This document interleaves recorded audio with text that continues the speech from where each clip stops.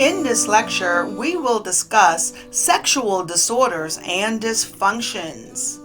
The human sexual response cycle consists of 4 phases: desire, excitement, orgasm, and resolution.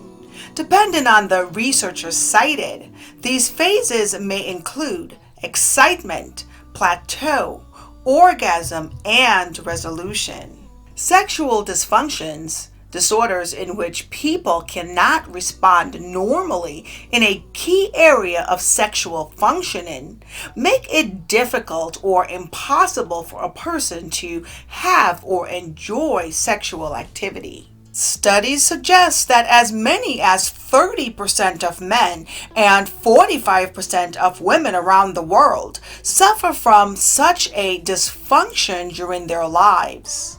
Sexual dysfunctions are typically very distressing, and they can often lead to sexual frustration, guilt, loss of self-esteem, and interpersonal problems. Some people struggle with a sexual dysfunction their whole lives. In other cases, normal sexual functioning precedes the dysfunction, and in some other cases, the dysfunction is present during all sexual situations, and in others, it is tied to a particular situation. So let's start off with disorders of desire. The desire phase of the sexual response cycle consists of an interest in or urge to have sex, sexual attraction to others, and for many people, sexual fantasies. 2 dysfunctions affect the desire phase: male hypoactive sexual desire disorder and female sexual interest arousal disorder. The latter disorder actually cuts across both of the desire and excitement phases of the sexual response cycle. It is considered a single disorder in the DSM-5 because, according to research, desire and arousal overlap particularly highly for women, and many women express difficulty distinguishing feelings of desire from those of arousal. A number of people have normal sexual interests but choose, as a matter of lifestyle rather than sexual desire, to avoid engaging in sexual relations. These people may not be diagnosed as having one of these sexual desire disorders. Men with male hyposexual desire disorder persistently lack or have reduced interest in sex and engage in little sexual activity. Nevertheless, when they do have sex, their physical responses may be normal and they may enjoy the experience. While most cultures portray men as wanting all the sex they can get, as many as 18% of men worldwide have this disorder, and the number seeking therapy has increased during the past decade. Women with female sexual interest arousal disorder also lack normal interest in sex and rarely initiate sexual activity. In addition, many such have few genital or non-genital sensations during sexual activity. As many as 39% of women worldwide have reduced sexual interest and arousal. It is important to note that many sex researchers and therapists believe it is inaccurate to combine desire and excitement symptoms into a single female disorder. They would have preferred that the DSM-5 continue the past DSM tradition of listing 2 separate dysfunctions: female hyperactive sexual desire disorder and female sexual arousal disorder. A person's sex drive is determined by a combination of biological, psychological, and sociocultural factors, any of which may reduce sexual desire.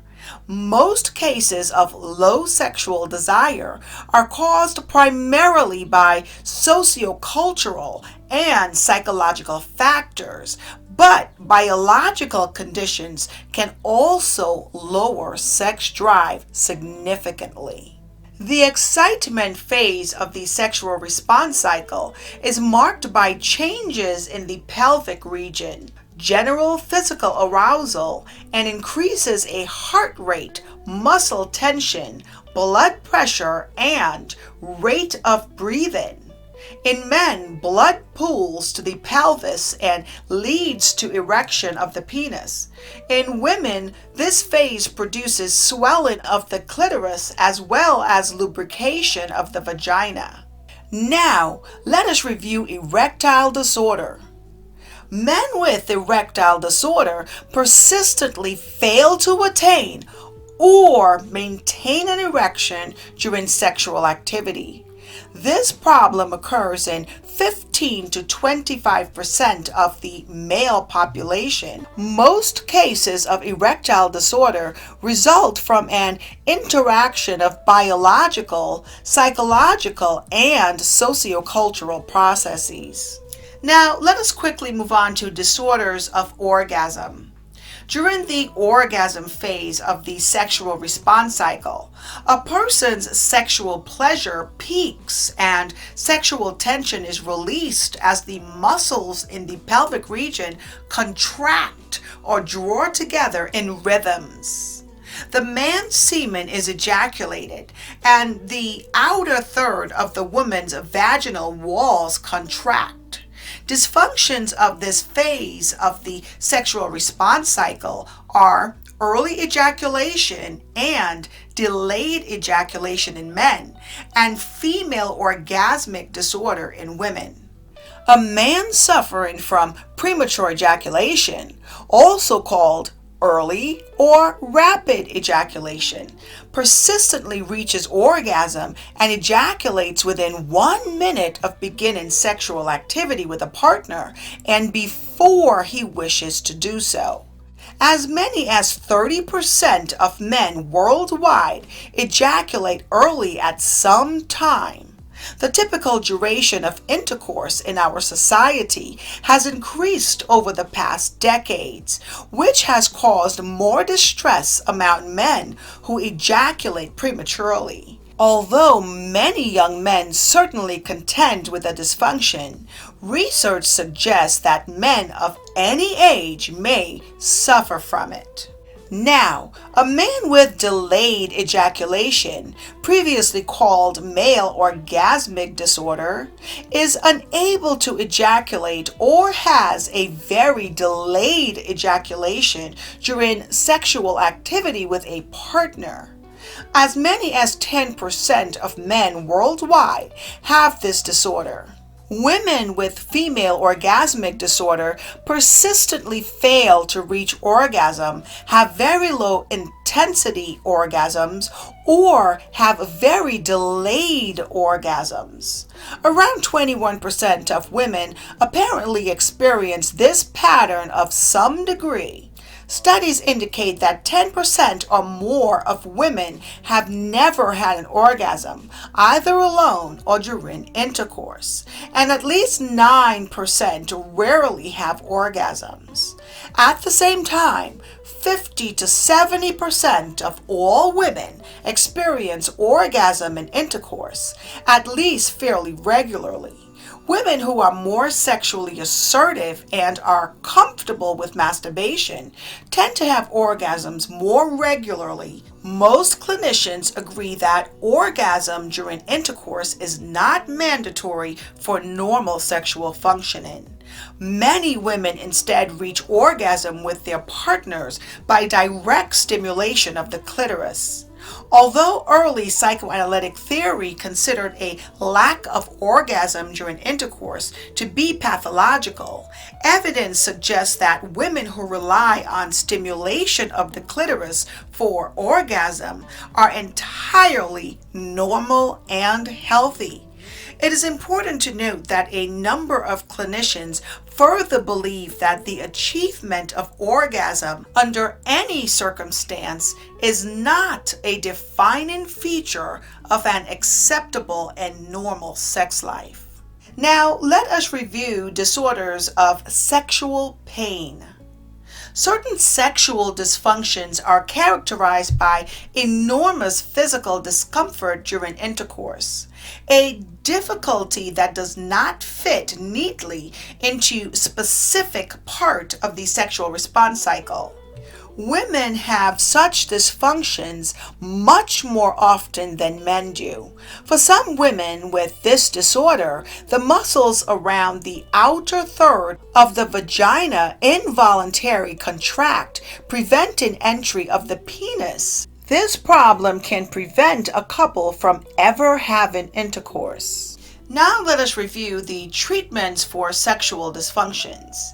In the 1970s, the work of William Masters and Virginia Johnson led to the development of sex therapy.